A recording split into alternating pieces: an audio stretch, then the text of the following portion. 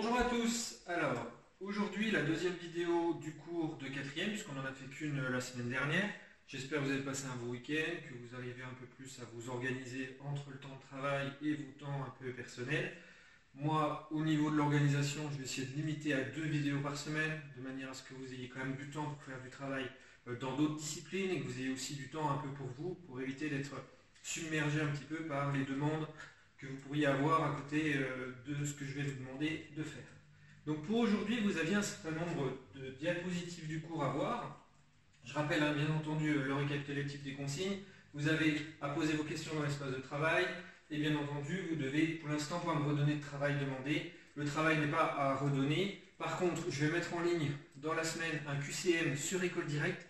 Vous irez regarder, donc c'est en lien avec tout ce qu'on aura vu ensemble depuis la première vidéo jusqu'à celle-ci.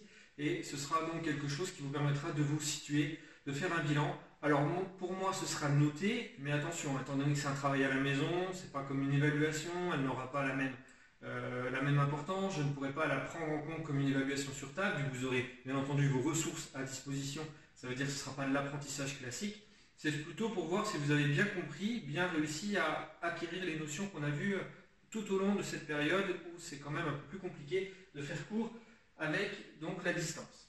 Alors, toujours deux parties dans la vidéo, la correction des exercices et l'explication du cours dans un premier temps, et ensuite, pour terminer, donc le travail à faire pour la prochaine fois.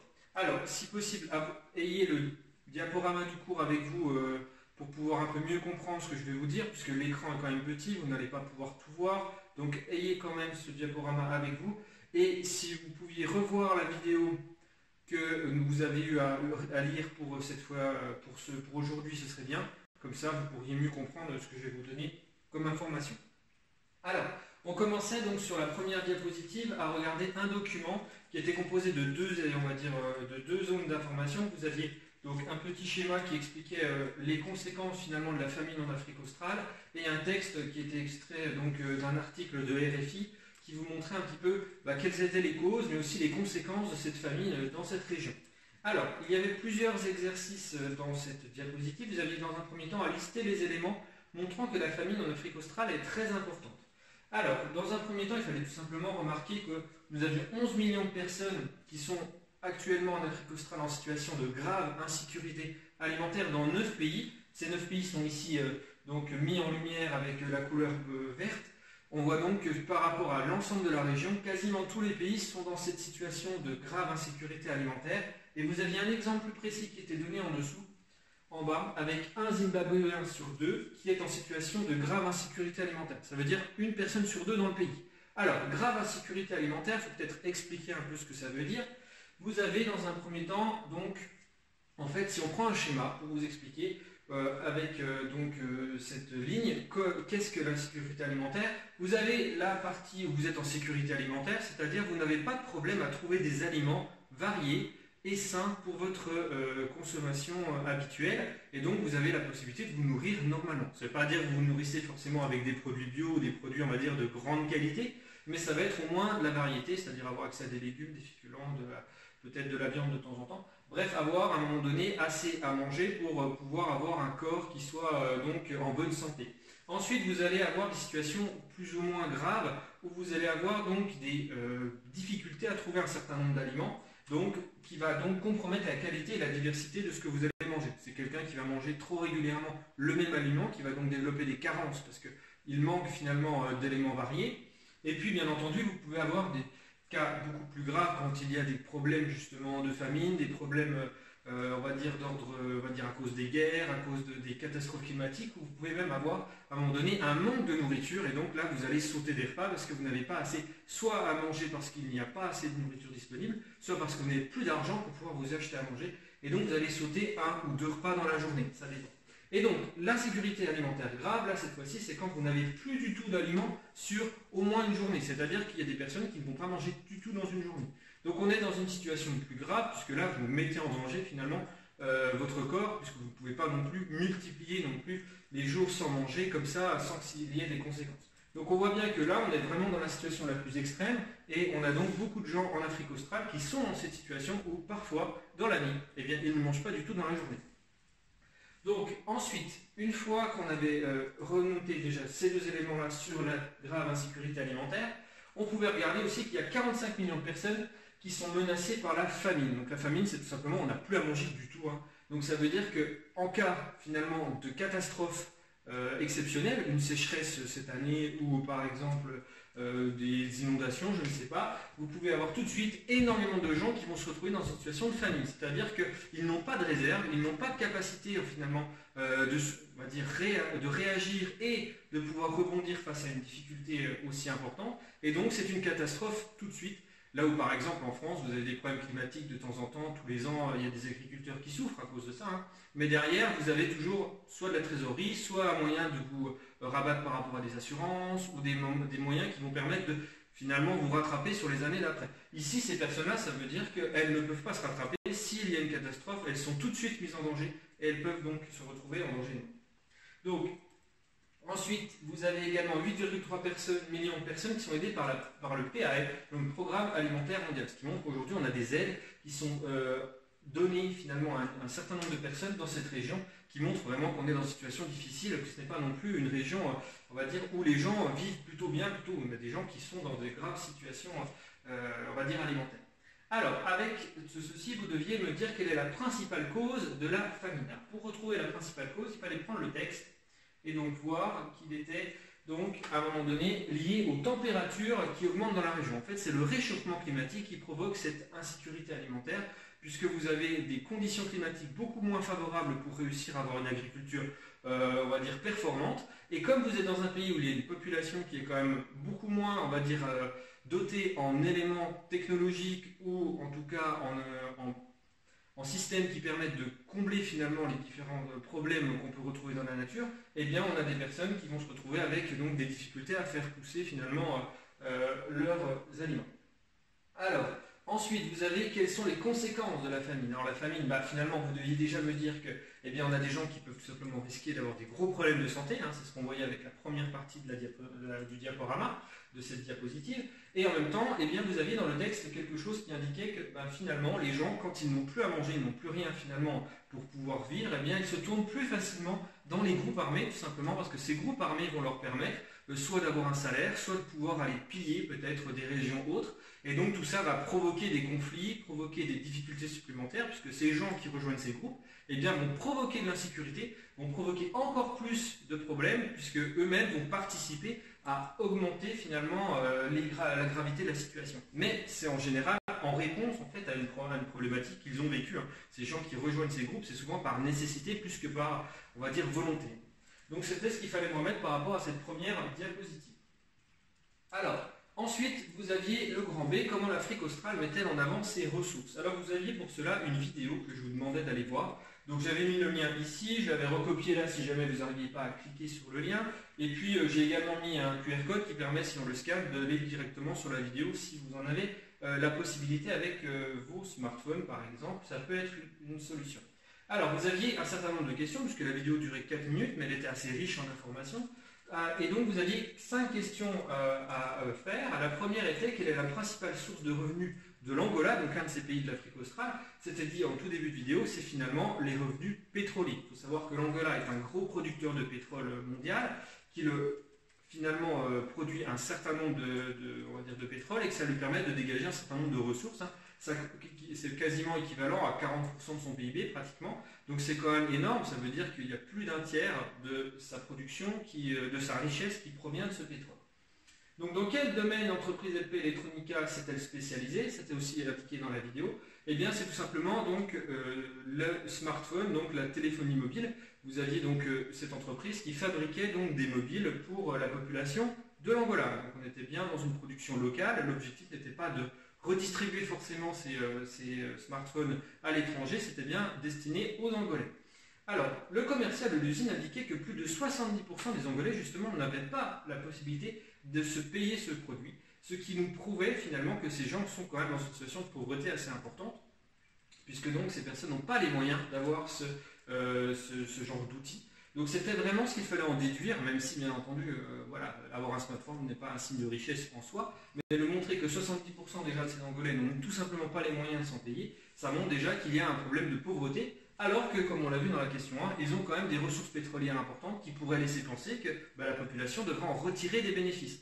Puisque quand on commence à avoir une trentaine de milliards de dollars finalement de revenus par rapport au pétrole, on pourrait imaginer que la population en tire un bénéfice. Finalement, ce n'est pas le cas. La majorité de la population de l'Angola ne touche rien par rapport à cette production pétrolière. C'est donc capté par une minorité de personnes, donc les gens qui travaillent dans l'entreprise, les élites globalement, et puis bien entendu les revenus sont aussi tirés pour les grandes entreprises, voire des entreprises ou des actionnaires étrangers. La population locale, elle, finalement, ne touche quasiment rien de cette ressource qui est pourtant une ressource qui vaut beaucoup d'argent.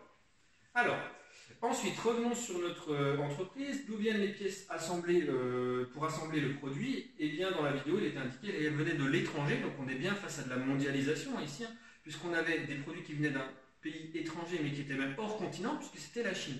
Donc on a la production d'éléments pour fabriquer le smartphone qui est en Chine, comme c'est habituellement le cas pour les autres marques de smartphones. Aujourd'hui, la Chine est le principal fabricant de composants pour les smartphones, que ce soit pour une marque locale chinoise comme Huawei par exemple, ou pour des marques comme par exemple Apple, même si actuellement il y a une petite guerre finalement entre les États-Unis et la Chine vis-à-vis de la téléphonie mobile.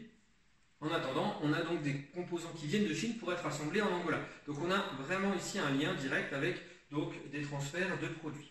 Alors, quel autre domaine est aussi important dans l'économie angolaise? Eh bien, vous l'aviez aussi avec l'image qui était là, mais bien entendu, c'était aussi bien développé dans la vidéo, c'est donc l'agriculture. L'Angola est un territoire qui devrait pouvoir normalement avoir une agriculture performante. Malheureusement, donc c'est quelque chose qui est en train de se remettre en place progressivement, parce que c'est un pays qui a connu donc une guerre civile, comme on aura l'occasion de le voir dans la diapositive suivante. Donc voilà les questions qu'il fallait, les réponses aux questions que vous deviez donner. Donc corrigez bien dans votre cahier. Et ensuite, vous aviez une deuxième carte, donc c'est la carte de l'Afrique australe dans la mondialisation, et vous n'aviez pas de questions directement sur cette diapositive. Elle était là surtout pour vous servir à fabriquer donc la carte mentale de fin de séance. Donc moi, je vais vous donner quelques informations supplémentaires parce que normalement en classe, on aurait dû l'évoquer un peu plus en détail, notamment par rapport à la légende qui nous apprend plein de choses sur finalement l'Afrique australe face à la mondialisation, ce qui est quand même le thème de notre séance. Alors, on pouvait voir avec cette carte beaucoup de choses intéressantes. Déjà, premièrement, qu'il y avait des catégories de pays un peu différents, notamment avec l'Afrique du Sud qui fait partie donc, des pays émergents, des BRIC, vous vous rappelez, Brésil, Russie, Inde, Chine et Afrique du Sud, donc le voici. Donc l'Afrique du Sud fait bien partie de ces pays émergents, des pays qui deviennent de plus en plus riches, de plus en plus développés, alors qu'ils partent finalement d'une situation un peu plus, on va dire, limitée de base par rapport à des pays comme des pays d'Europe de l'Ouest, ou des pays comme le Japon ou les États-Unis. Donc on est dans un pays qui est en train de se développer rapidement, c'est ça le thème pays émergent, il se développe rapidement, malgré une population nombreuse encore assez pauvre. C'est ce qu'on a pu voir notamment avec la carte sur le seuil de pauvreté. L'Afrique du Sud a encore la majorité de ses habitants qui vit en dessous du seuil de pauvreté qui est de 1,9 $ par jour.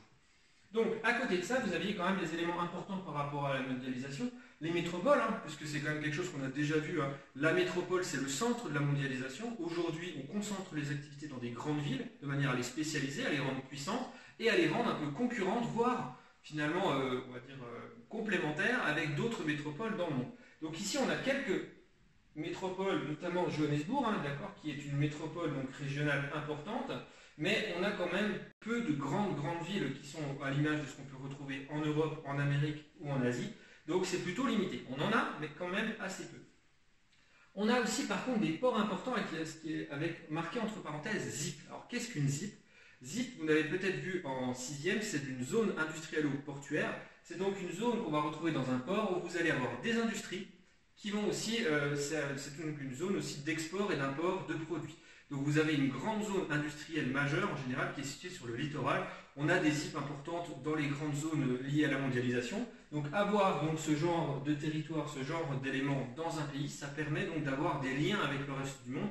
Surtout qu'aujourd'hui, on aura l'occasion de le voir dans une prochaine séquence, le lien qui permet de relier les grands espaces les uns avec les autres, c'est la mer, c'est la maritimisation du monde. Aujourd'hui, les océans sont le principal on va dire, vecteur des marchandises et qui permet justement de relier des territoires les uns aux autres pour justement les spécialiser dans la production ou dans la consommation d'un produit. À côté de ça, on avait aussi quelques aéroports internationaux, pareil, toujours des aéroports internationaux important, mais pas non plus majeur par rapport à la planète. Hein. On n'est pas non plus dans des aéroports qui vont concurrencer, par exemple, Roissy-Charles de Gaulle, ou les aéroports qu'on peut retrouver comme à Atlanta, par exemple, ou Tokyo. Donc, vous avez des flux de marchandises qui vous montraient quand même les liens qu'on pouvait avoir entre l'Afrique australe et donc le reste du monde, notamment des liens vers l'Europe de l'Ouest, des liens vers les États-Unis et donc des liens vers l'Asie. On pouvait donc s'imaginer aussi les liens vers la Chine avec ce que je vous ai dit précédemment. Dernièrement, vous aviez ce qu'on appelle les IDE. Alors les IDE, c'est un peu compliqué.